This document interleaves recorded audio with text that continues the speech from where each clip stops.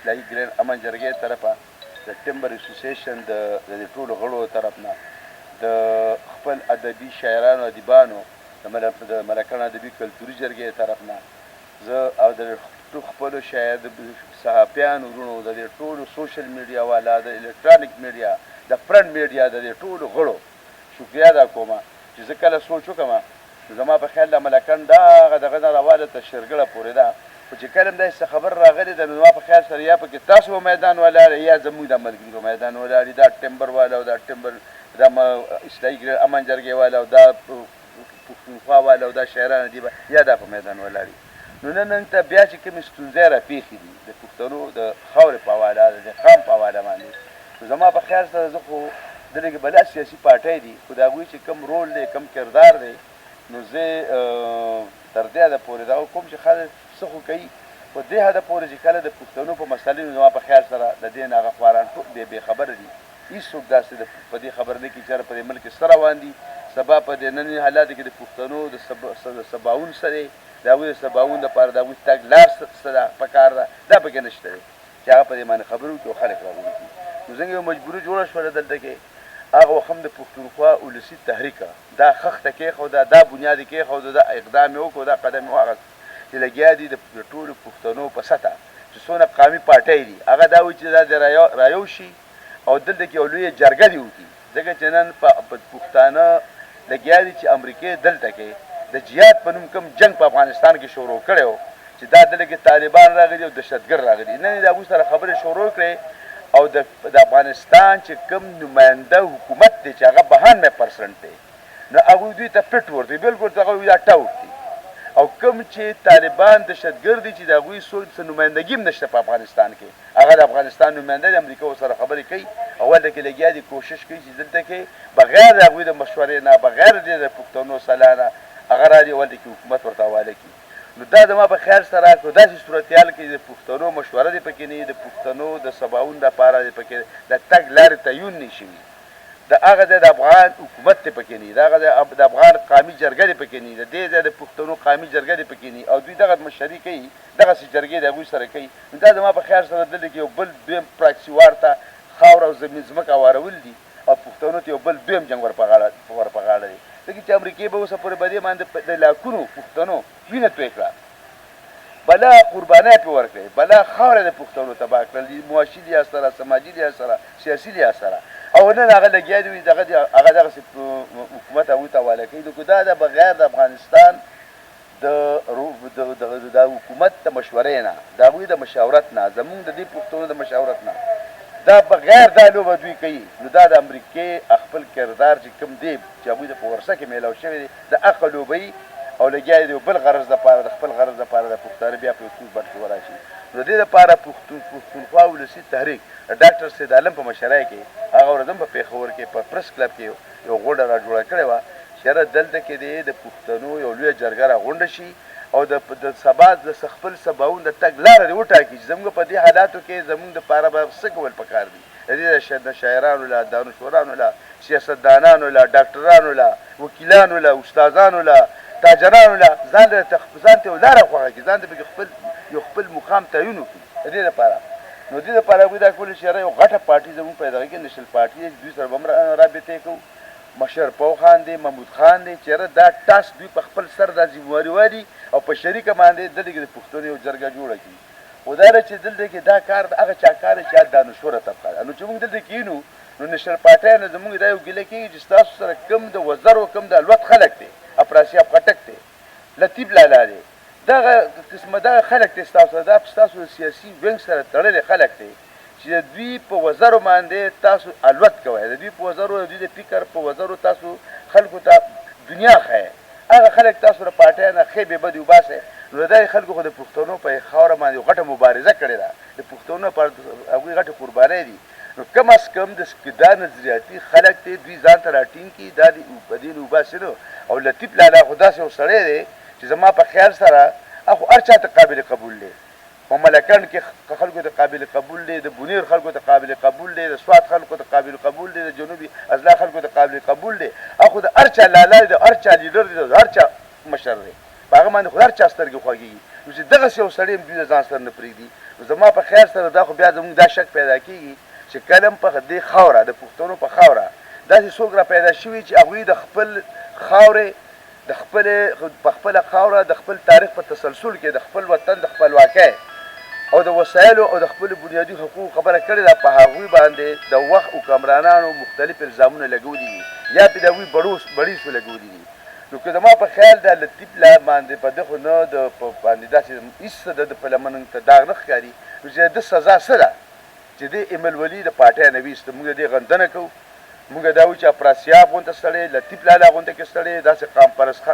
په قام مین خلک، په خپله خاوره مین خلک، داسې د فکر او د نظر خاوندانه، دا د پاټۍ نه ایستل دا ډېر افسوس خبره ده. بل سهیل صاحب، ما په خیال سره سهیل صاحب غونته کې ډېر افسوس خبره کوو چې سهیل صاحب دوی داسې استعمال کړه چې پښتون رسالې له دې ځای نه په ننواتې په جرګو باندې بوته چې دا د پښتنو هغه رساله چې دا باچا خان ایستله هغه د دې نماینده و، هغه به دا د دې خپرونه کوله. او چې کله ځان پیدا کړو نو سهیل صاحب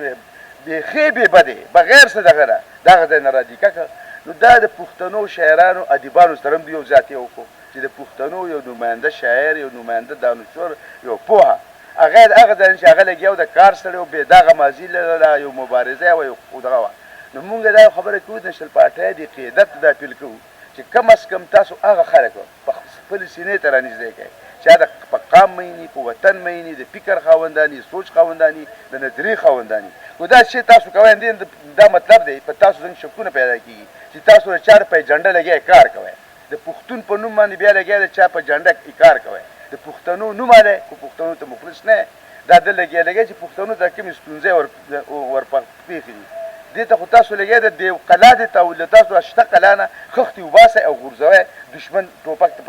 د شپېلۍ ته ځای پیدا کوئ. نو په دې باندې مونږ د دې لپاره د لطیف لالا په دې دغه باندې په دې دوی چې ورته کم په کم نظر وکتل نو په دې باندې مونږ ته ډېر لوی در رسېدلی دی. او لطیف لالا به انشاءالله چې دلته کې د قامي جرګه جوړېږي د پښتنو په سطحه باندې نو د هغې سرپرستي به زه به ټولو پښتنو ته مونږ اپیل کوو چې دا د هغه ته حواله شي او د هغه په سرپرستۍ کې د پښتنو د لر او بر د پښتنو جرګه راغونډه شي او د پښتنو کومه ستونزې چې کومې دي دا یې د هغه په مشرۍ کې حل کړي، ځکه چې هغه د پښتنو اصلي نماینده دی.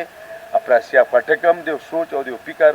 خاوند دی، یو لوی دانشور دی. زما په خیال سره په دې ټوله دنیا کې په ننني دور کې چې نشل پارټۍ ته هغه کوم مقام پیدا کړی، باچا خان ټرست رامخکې کېدو کې هغه کومې قربانۍ کړي دي، کومه منډې والې کومې هلې ځلې کړي دي، نو دا د چا نه دوی نه هم پټي دي او دوی چا نه پټي نه دي. نو موږ په دې باندې نه پوهېږو چې کله ایمل ولي ته دا شی واله شو نو هغه لګیا دی په پارټۍ کې درزونه را پیدا کړي. موږ خو دوی دا تمنا چې دوی په پارټۍ نه دونه لوی لوی ستنې وباسي نو چې دغه ستنې د هغوی په پارټۍ کې نه ځایږي نو ما غونته او د بل غونته کې یو وړوکی وعدنه ورکړه د هغه پکې څه مقام وي. موږ د لارو د شینګلو سیاست نه کوو، موږ د قام د وطن د خاورې د دې سیاست کوو، د قام د وحدت خبره کوو چې نن د قام وحدت ته څونه ضرورت دی او د دې وحدت را جوړولو لپاره دغه خلکو ته کوم ضرورت دی هغه دوی لګیا دي ټیکه کوي. نو دوی سره دغه شمار یو څو کسانو نظریاتي د دوی په وینګ کې چې هغه هم دوی ځان لري خو په دوی کې او په نورو پاټو کې فرق، په عمران خان او دوی کې فرق څه پاتې شو. خو د همدې عمران خان سره نومونه بدل دي، جنډه بدله ده، د لیډر نوم بدل دی، نور په کومه جنډه باندې چې عمران خان کار کوي مطلب دوی هم په هغې جنډه لګیا دي چې هله کار کوي چې دا خلک نه پرېږدي. ځکه چې پښتنو د یو کولو په ژبه په هغې خلکو په د پښتنو په ژبه لطیف لالا پوهېږي، افراسیاب پوهېږي، د افغانستان د لوړو جوړو نه خبر دی، د پښتنو تاریخ نه خبر دی. نو هغه په دې پوهېږي چې ستونزې سترې چا را پیدا کړي، د کوم ځای نه را پیدا شوي دي او د سر را پیدا هغه پښتنو ته دوست دښمن په ګوته کولی شي. نو چې د پښتنو دوست دښمن ګوته کولو او دوی سره پاتې نه شو دا جنګ به چا باندې کوي. نو زما نه خو دا زما په خیال سره د مایوسونه مایوس یم چې دوی دغسې خلک هم نه پرېږدي. او زه لطیف لالا ته د خپل ملکڼ د اصلاحي ګرین امن د جرګې د طرفه زه هغه ته خپله دا حوصله ورکوم چې لالا موږ هم ستا په شاود مخکې هم ولاړو، اوس به هم ولاړ یو. دا زموږ دپاره د ټمبر مارکیټ دپاره د ملکڼ دپاره ډېرې هلې ځلې کړي دي، دا زموږ نه هېرې نه دي. موږ احسان فراموشه نه یو ځکه چې ښېګړه په کمزاته حفتره په خوره ځمکه کې مه کره ګلونه. نو دا ملکڼ خوره ځمکه نه ده، دا ډېره زرخیزه ځمکه ده، په دې کې ستا غونته کې د خلکو دپاره ډېر لوی ځای شته او تا به موږ د خپلې سینې نه جدا نه کړو، ته به همیشه زموږ سره یې او موږ به ستا سره یو. زه بس یو څو ماتې ګوډې خبرې مې وکړې، ستاسو ډېره ډېره مننه. او د دې لپاره زه دا هم خبره کوم چې زه د ملکڼ د شاعرانو ادیبانو د وکیلانو په سطحه به په دې یو څو ورځو کې یو د امن د په نوم باندې موږ یو غونډه کوو لطیف لالا به انشاءالله غوره غواړو هغه به د هغې مشري کوي ډېره مننه پاکستان په کر چوکاټ کې دننه د پښتنو د بنیادي حقوقو د هغوی خبره کوي د هغوی د وحدت خبره کوي د آیین مطابق قانون مطابق د دې نه چې څوک آیین نه او د قانون نه بار وځي هغه چار څوک موږ خلال موږ وایو چې پاکستان څوک مضبوط ساتل غواړي نو دا وړې صوبې د دې حقوقو د خیال وساتي دا د دغه سره